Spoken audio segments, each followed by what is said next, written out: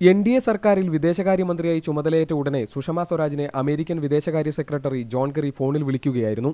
ഇന്ത്യയും അമേരിക്കയും ചേർന്ന് പ്രവർത്തിക്കാവുന്ന മേഖലകളെക്കുറിച്ച് ചർച്ചകൾ നടന്നു. ഇതാദ്യമായാണ് വിദേശകാര്യമന്ത്രിയായ ശേഷം സുഷമ സ്വരാജിനെ ഒരു വിദേശ രാജ്യ പ്രതിനിധി വിളിക്കുന്നത്. ഇരു രാജ്യങ്ങളും തമ്മിലുള്ള നയതന്ത്ര ബന്ധം വർദ്ധിപ്പിക്കുന്നതിനുള്ള പ്രവർത്തനങ്ങൾ ഇനിയുണ്ടാകുമെന്ന് വിദേശകാര്യ വക്താവ് സെയ്ദ് അക്ബറുദ്ദീൻ ട്വിറ്ററിലൂടെ പ്രതികരിച്ചു. ജോൺ കെറിയുമായുള്ള ചർച്ചകൾക്ക് ശേഷം $500 ബില്യൺ അമേരിക്കൻ ഡോളറിന്റെ വ്യാപാര കരാറിൽ ഒപ്പുവെക്കാൻ ധാരണയായിട്ടുണ്ട്.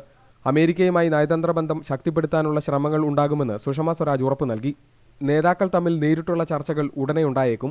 സാർക്ക് രാജ്യ പ്രതിനിധികളുമായി ഇന്ത്യ ചർച്ചകൾക്ക് മുൻകൈയെടുത്ത സാഹചര്യത്തിൽ നടത്തിയ ചർച്ചകളെക്കുറിച്ചും സുഷമ സ്വരാജ് വിശദീകരിച്ചു.